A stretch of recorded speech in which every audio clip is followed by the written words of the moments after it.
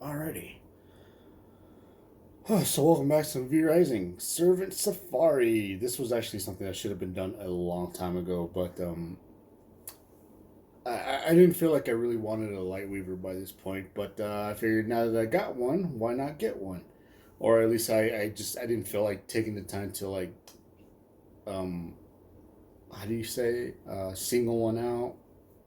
Um, Especially since the thing is though they deal so much holy damage that just taking like one or two hits is just enough to actually like kill you at this level.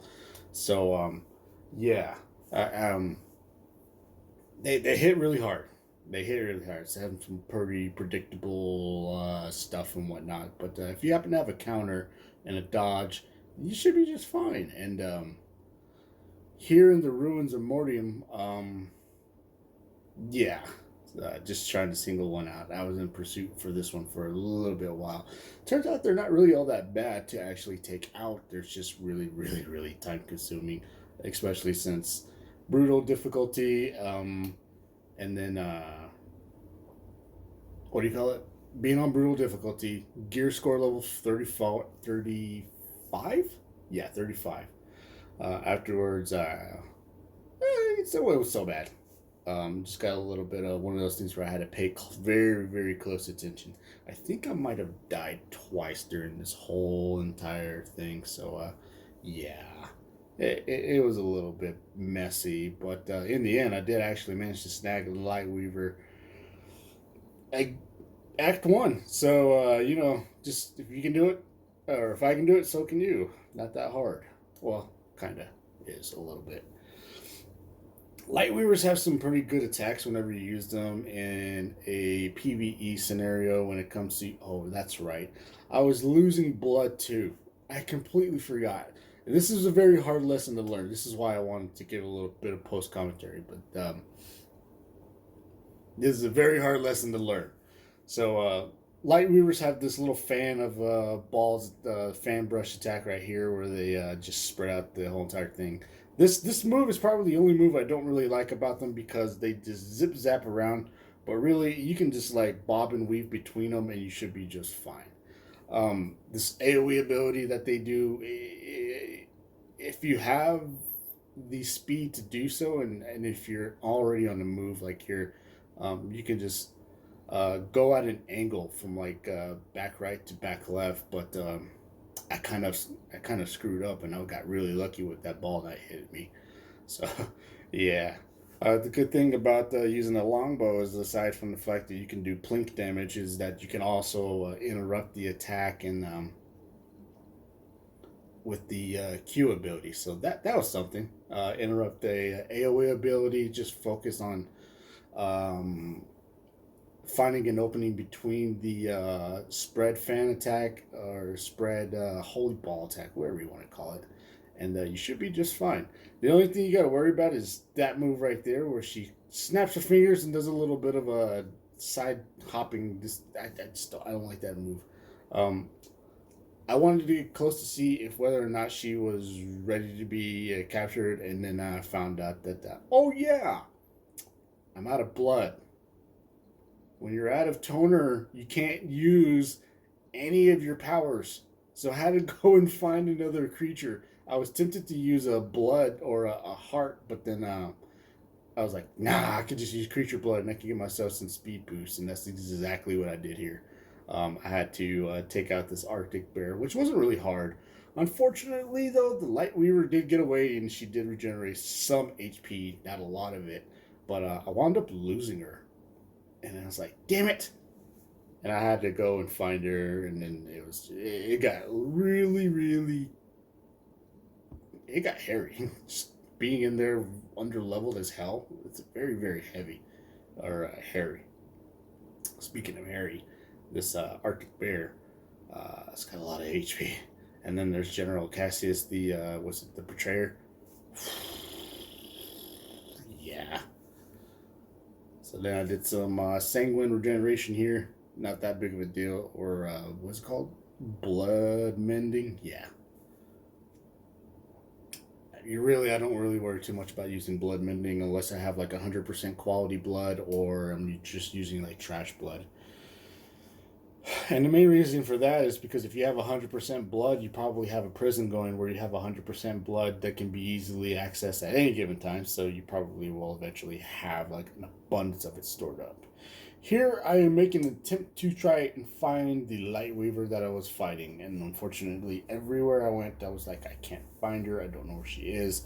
I was looking for loot drops because I figured she might have died somewhere, and I must have went in total and complete circles. And what was so weird about it is that when I started heading back to where she originally was, she just popped out of nowhere, and I was like, really? Where did you come from? And then like disappeared again. I was like, son of a bitch, never mind. But yeah, doing some traveling around, like just doing some traveling around this area is not so dangerous as I thought it was originally going to be because I figured it's an in-game zone. But turns out the large portion of the moves that these enemies do are very, very you can read them very well. The problem is that sometimes you wind up being like crowd controlled, knocked down, knocked up, charmed, and there she is. She just appeared out of nowhere. I was like, "Are you kidding me, dude? Where the hell did you come from?" So I attempted this again, and figured, yeah, go at an angle, and you could totally get out of that. Backwards pedal at an angle, and you'll totally be able to be fine from that ability. This ability, I like to try to save a dash for. I also like to try to save my dash for as well during the AoE ability if I'm not close enough to interrupt it. But as you can plainly see, if you can get close enough to interrupt it, you should be just fine. I couldn't really hear her. Like, whenever they're ready to be, like, subdued, all you gotta do is, like, hear the sound of, like, crunching blood bone sound, and you'll have a pretty good idea. I was trying to get in close enough so that way I can try to, yeah, she was ready to be fed, and I ate 2 attacks right there. When you see that she can be fed on, she's ready to be captured, and yeah, I got wasted, and I was like, well, shit, there she goes. I'm about to lose her again. So I think with this, the way the settings I have for this, I made it to where equipment is not bloodbound. So I drop literally everything every time I die. Yeah.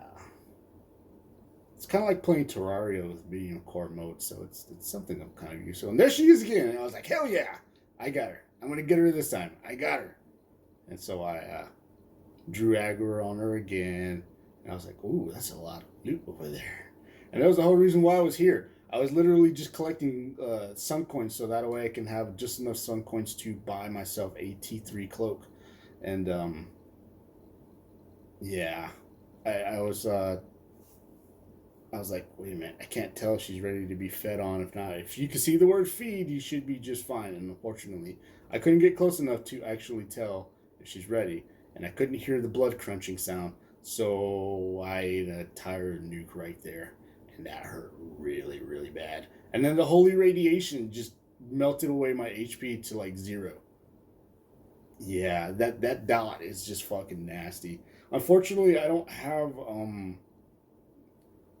negate damage, negate negative attacks or effects like purge it, and by this point I knew I was ready. She was able to be tamed or captured, but I don't have that negate negative effects on my blood rage. I think I have like duration on it, and here I was like just trying to be like patient and shit like that, and I was like, you know what? I'll just wait until I have a really good opening and then call it good. And I was like, damn it, I almost had her. And then I was going to wait till she did that, and she was chasing after the clone. And I figured once she chased after the clone, she didn't do that. And then I think General Cassius was on his way over. I can't really remember. Thank you. And the horse totally saved my ass right there. Yeah, General Cassius was right there. And I was like, damn it. I need to pull her away. And good thing the aggro range for these guys are just so damn low. And I figured if I could time it just right, and I got her.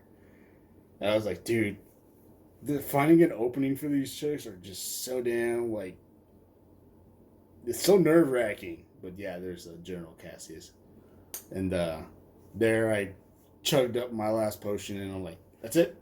I got a Lightweaver. I'm ready to go. So here's a long trek back, and then I was like, ooh, I forgot about the loot, and I saw a bunch of loot here. I was like, oh hell yeah, dude. This is why I love coming over here. Dude, there's always battles going on here, and there's always loot to be collected if you can get quick enough if you're quick enough to actually find it. Unfortunately, my base is still located near the sawmill, so I was like, well, better throw out a waypoint so I know where I'm going. And unfortunately, my regular potion ran out, or it ran out a long time ago, but yeah. Uh Lightweavers are a lot easier to get in this area, I would actually say, because it's always dark. They're always constantly in battle, so the chances of you coming into contact with one of them to, take home with you to turn into a servant, um, it's very, very high, very, very good. Even if they happen to die during, skirmishes that they come across, um, the loot that they drop, which is sometimes like an unsullied heart or an exquisite heart, some jewelry, schematics, uh, sun coins, silk. These Silverlight units have like some of the greatest loot to drop.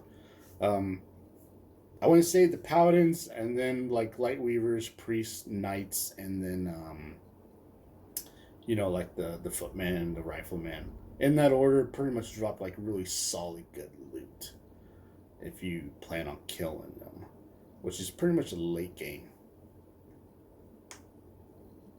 Yeah. Although if you're really wanting loot, just simply running into a house and looting up the what do you call it? The house's cabinets, stuff like that. You'll find like little foot lockers you can unlock too.